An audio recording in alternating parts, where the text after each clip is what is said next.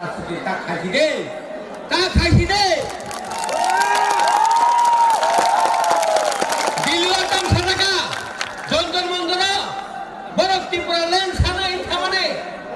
Home थांगी secretary में मलाई करो yang के छाओ होम मिनिस्टर में मलाई का है आसिफ तातार आसिफ भैया।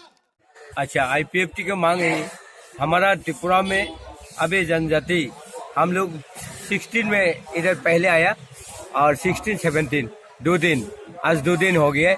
हमारा मांग त्रिपुरा लैंड हमारा चाहिए। और त्रिपुरा लैंड किसके लिए चाहिए?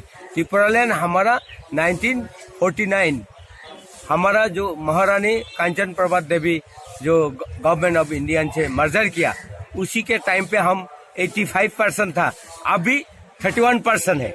अच्छा। हम जैसे में अभी एबोलिश हो रहा है टोटली सब बांग्लादेशी आकर बांग्लादेशी सरकार बना रहे हैं।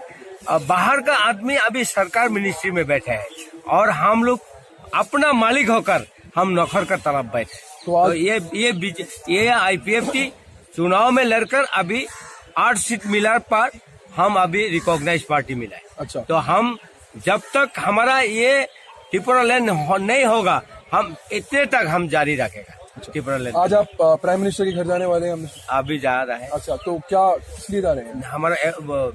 हमारा अपॉइंटमेंट का लिया हम जो